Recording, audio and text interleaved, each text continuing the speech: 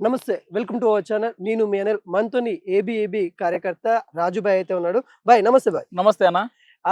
మొన్న త్రిబుల్ ఐటీలో చూసాము. అమ్మాయి తను ఆత్మహత్య చేసుకోవడము. వరుసగా త్రిబుల్ ఐటీలో ఆత్మహత్యలు జరుగుతా ఉన్నాయి. అసలు ఏంది మీరు ఏబీఏబీ కార్యకర్తలు కూడా అక్కడికెళ్లారు, చూసారు. అసలు ఏందసలు?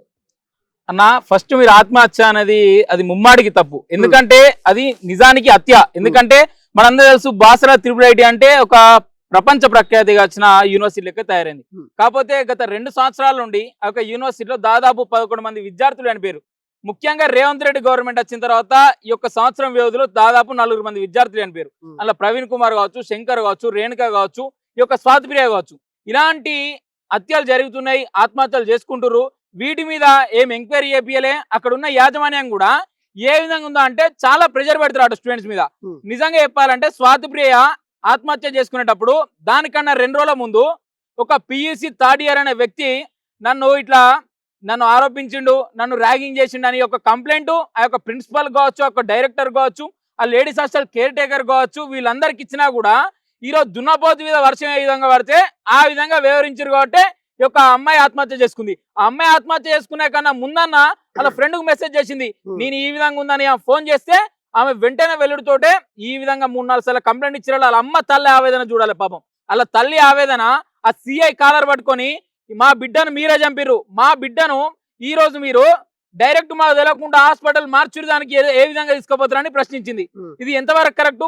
ఈ రోజు యొక్క యాజమాన్యం అంతా ఈ యొక్క ఆత్మహత్య ఆమె ఏ విధంగా చేసుకున్నా ఎంక్వైరీ చేయకుండా దాదాపు 6 పేపర్ల ఈరోజు సూసైడ్ లెటరు వాళ్ళు దర్యాప్తు తీసుకొని వాళ్ళ దగ్గర పెట్టుకొని ఆ లెటర్ బయటకు రాకుండా మా యొక్క విద్యార్థి నాయకులు పాపం ఏమన్నామన్నా మీ లెక్క పైసలు తీసుకుంటున్నాము, మీ లెక్క లంచాలకు ఎగబడుతున్నాము, మీ లెక్క ప్రభుత్వం మాకు కావాలనుకుంటున్నాము, మేము న్యాయం జరగాలి, అమ్మాయికి ఆ అమ్మాయి తల్లిదండ్రులకు న్యాయం జరగాలి, ఆమె మీద ఎంక్వైరీ చేపియాలి అని పోతే మా యొక్క విద్యార్థి నాయకునిపై అక్కడ ఉన్న సెక్యూరిటీ చీఫ్ వాడు రాకేష్ వ్యవహారం మాకు తెలియదా? అంతకుముందు డీచ్పల్లి కావచ్చు, నిజామాబాద్ కావచ్చు సిఐ పనిచేసిన రాకేష్ ఇప్పుడు అక్కడ సిఎస్ఓగా పనిచేస్తుండు.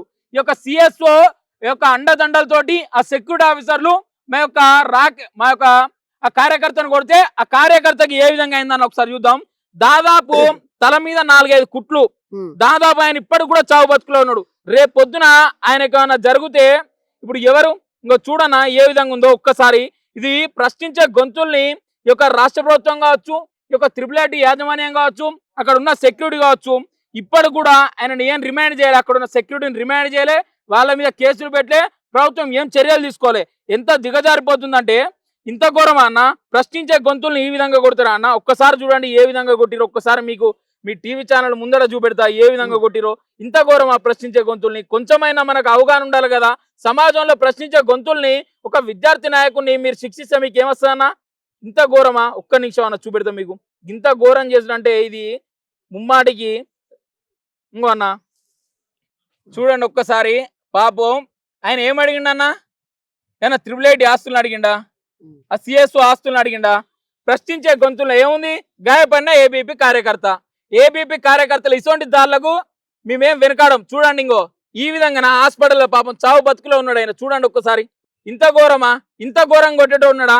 ఈయన మీద ఇవరకు అటెంప్ట్ మర్డర్ పెట్టలే. ఆ రాకేష్ అన్నట్టు ఆయన మీద ఆ సెక్యూరిటీ మీద అటెంప్ట్ మర్డర్ పెట్టలే, ఇవరకు రిమాండ్ చేయలే. ఇంత ఘోరమా? ఆయన ఏం అడిగిండు? పాపం వాళ్ళ తల్లిదండ్రులు ఆయన విద్యార్థి పరిషత్ను నమ్ముకొని విద్యార్థులకు సేవ చేయాలని లక్ష్యంతో అఖిల భారతీయ విద్యార్థి పరిషత్ కస్తే అలాంటి వారిని ఏదో మరి ఆ అమ్మాయి చనిపోయింది, స్వాతిప్రియ అమ్మాయి చనిపోయింది, మరి అమ్మాయి మీద ఏం చర్యలు తీసుకున్నారు? ఆమె ఆత్మహత్య చేసుకుందా, హత్య చేసుకుందా, మీరే హత్య చేసిర్రా? దాని మీద దర్యాప్తు చేపియాలి, ఎంక్వైరీ చేపియాలి ఈ రోజు అని అక్కడికి పోయి న్యాయంగా అడిగితే ఆయనని ఈ విధంగా కొట్టడం చాలా సిగ్గుచేటు. ఎవరు చేశారా దాడి? ఎవరు చేశారు? అసలు ఏమన్నా ఇన్ఫర్మేషన్ ఏమన్నా ఇచ్చారా అన్న? ముమ్మాటికి ఏంటిదంటే ఇది ఒక్కసారి కాదు, దాదాపు ఏబీపీ కార్యకర్తల మీద 5-6 సార్లు దాడులైనవి. కాకపోతే ఇది చాలా అటెంప్ట్ మర్డరు. దాదాపు ఈయన ఒక చావు బతుకులో ఉన్నాడు ఈ కార్యకర్త. నోటి చెప్పాలంటే బాసల త్రిబుల్ ఐటీ యాజమాన్యం అక్కడ ఉన్న సిఎస్ఓ రాకేష్ తో కలిసి ఈ యొక్క రాష్ట్ర ప్రభుత్వంతో కూడా కలిసి నేను ఒకటే అడుగుతున్నా, ఇప్పుడు వచ్చిన కొత్త రాష్ట్ర ప్రభుత్వం అయినా 4 ఆత్మహత్యలు జరిగినాయి. ఈ 4 ఆత్మహత్యలకు చాలా ఎంక్వైరీలు చేపియాలి, వాటి మీద విచారణ చేపియాలి. అసలు ఎందుకు జరుగుతుంది? కొత్త వీసీ కూడా వచ్చింది అక్కడికి, సతీష్ అన్నట్టు. ఆ సతీష్ అన్నట్టు దీని మీద చర్యలనే చేసుకోవాలి కదా.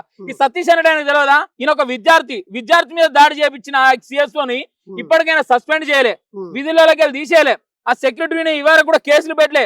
అంటే మన రాష్ట్రంలో ఉన్న పోలీసు యాజమాన్యం కావచ్చు, ఈ యొక్క రాష్ట్ర ప్రభుత్వం కావచ్చు, ఒక విద్యార్థి నాయకుడు ఈ రోజు ఈ విధంగా గాయపడితే అటెంప్ట్ మర్డర్ కేసు పెట్టలే ఎన్ని కుట్లు పడ్డాయో చూసినాం కానీ అవునవును. ఈ రోజు ఆయన చావు బతుకులో ఉన్నాడు. దాదాపు ఈ గుండు మీద దాదాపు 8 కుట్లు పడ్డాయి. అవునవును. దాదాపు అది మిడిల్ లో పడ్డది. అవును. కాబట్టి నేను హెడ్ ఇప్పటికీ హెడ్ అడుగుతున్నా, హెడ్ మీద పడ్డది. ఇప్పటికి ఒకటే చెప్తున్నా, ఈ తెలంగాణ రాష్ట్ర ప్రభుత్వం కావచ్చు, బాసర త్రిబుల్ ఐటీ యాజమాన్యం కావచ్చు, ఈ యొక్క సిఎస్ఓ రాకేష్ మీద మీరు ఏం చర్యలు తీసుకున్నారు? సిఎస్ఓ రాకేష్ ని ఇవాళకి రిమాండ్ చేసిరా?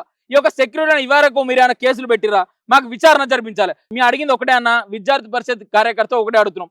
ఆమె ఆత్మహత్య చేసుకున్నది అంటారు. ఆత్మహత్యకు సంబంధించిన 6 పేజీల సూసైడ్ లెటర్ ఎటుపోయింది? వాళ్ళ అమ్మ ఒకటే అడిగింది ఆ సిఐని, ఏమని అడిగింది? నేను వచ్చే వరకు, మా కుటుంబం వచ్చే వరకు డైరెక్ట్ మార్చురికి ఏ విధంగా పంపిస్తారు డెడ్ బాడీని? వీటి మీద విచారణ చేయాలని అడుగుతున్నాం.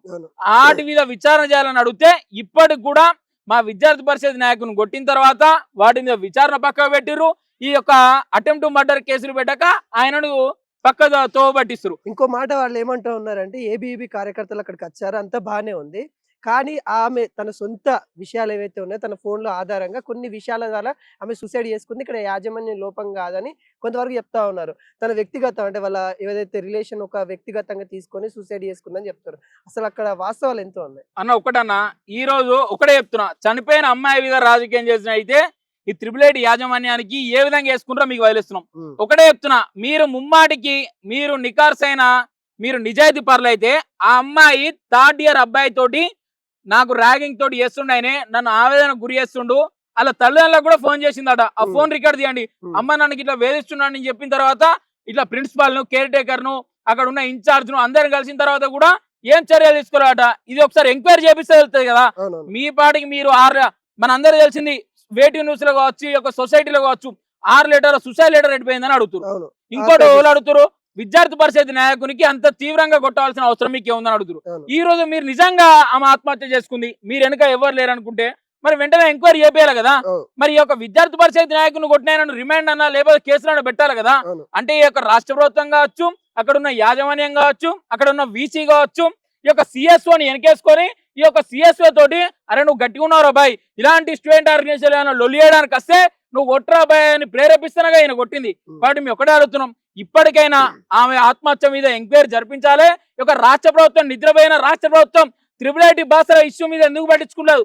దాదాపు నీవు వచ్చిన సంవత్సర కాలంలో, రేవంత్ రెడ్డి వచ్చిన సంవత్సర కాలంలో దాదాపు 4 ఆత్మహత్యలు జరిగినాయి. వీటి మీద ఎంక్వైరీ చేయించడం ఎప్పుడు చెప్తాడు? తెలంగాణ అభివృద్ధి అంతుంది, నేను వచ్చిన తర్వాత ఇది వచ్చిన అధ్యక్షన అని చెప్తాను కదా. మార్పు అని అన్నారు కదా. ఏది మార్పు? ప్రజా పరిపాలన ఇదేనా? విద్యార్థులను కొట్టడం, విద్యార్థులను నడి రోడ్డు మీద న్యాయం కోసం అడిగిన విద్యార్థిని ఈరోజు తలలు పలగొట్టడమేనా ప్రజా మార్పు? ప్రజా పరిపాలన ఇదేనా? ఈరోజు విద్యార్థి నాయకులు ప్రశ్నిస్తే, విద్యార్థులు ప్రశ్నిస్తే ఎక్కడక్కడ గృహ నిర్బంధం చేసుడు.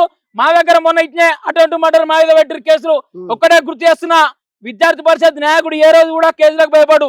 మరి ఈ రోజు విద్యార్థి పరిషత్ నాయకుడు అంత తీవ్రంగా కొట్టిరు కదా, మరి యొక్క తీవ్రంగా కొట్టిన వ్యక్తుల మీద, సెక్యూరిటీ మీద ఇవారకు ఒక్క కేసు అన్న పెట్టిర్రా? జైల్లోకి తోలిర్రా?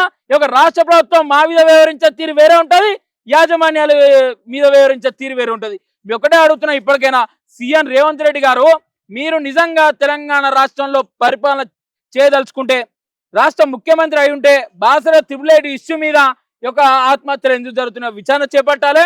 అక్కడ ఉన్న సిఎస్ఓ కావచ్చు, అక్కడ ఉన్న వీసీతో మాట్లాడి ఈ యొక్క సిఎస్ఓని వెంటనే రిమాండ్ చేయాలి, విధుల నుండి తొలగించాలని అఖిల భారతీయ విద్యార్థి పరిషత్ కోరుకుంటుందన్న. ఇప్పుడు రేవంత్ రెడ్డి ఒక హోమ్ మినిస్టర్ హోదాలో ఆయనే ఉన్నాడు, ఎడ్యుకేషన్ మినిస్టర్ హోదాలో ఆయనే ఉన్నాడు, సీఎం హోదాలో ఆయనే ఉన్నాడు, 3 హోదాలలో ఆయనే ఉన్నాడు.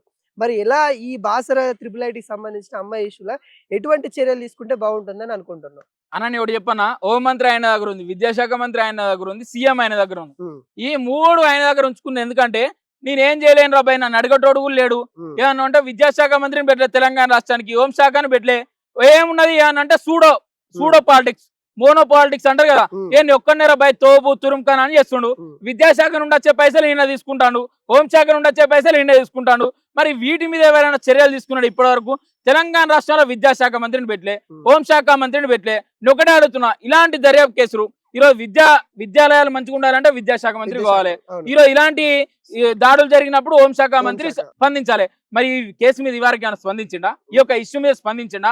నేను ఒకటే చెప్తున్నా, రేవంత్ రెడ్డి ఏం చేస్తున్నా అంటే, ఏమైనా పైసలు ఉంటే ఎరికేసుకుందాం, ఆన్నిని తిడదాం, ప్రతిపక్షాలను వీళ్ళని తిడదాం, స్టూడెంట్స్ ఎవరన్నా స్టూడెంట్ ఆర్గనైజేషన్ లొలి ఎత్తే అక్రమ కేసులు పెడదాం, జైల్లోకి నువ్వు అని చూస్తుంది కదా.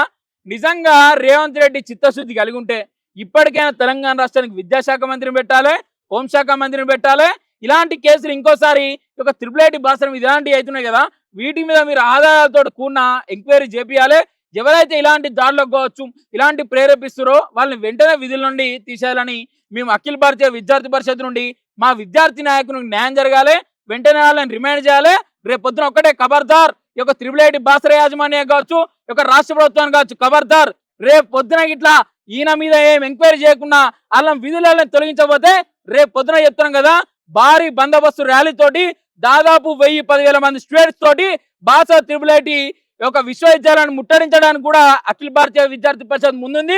మా విద్యార్థి నాయకునికి న్యాయం జరిగేదాకా కూడా మా ఆందోళన లాగా యొక్క తెలంగాణ రాష్ట్రంలోని మేము చెప్తున్నామన్నా. ఇప్పటికైనా రేవంత్ రెడ్డి గారికి సోయింటే ఈ యొక్క ఇష్యూ మీద స్పందించి మీరు ముఖ్యమంత్రి అయితే ఈ యొక్క విశ్వవిద్యాలయం మీద కావచ్చు, ఈ యొక్క విద్యాలయాల మీద కావచ్చు, ఈ విద్య మీద కావచ్చు మీకు ఏమైనా పట్టింపు ఉంటే ఇలాంటి దాడులు ఎవరైతే చేసిర్రో, ఇలాంటి వాటిని ఎవరైతే ప్రేరేపించారో వాళ్ళకు వెంటనే న్యాయమైన విద్యార్థి నాయకులు న్యాయమైన డిమాండ్లతో కూడిన పరిష్కారం చేయాలి.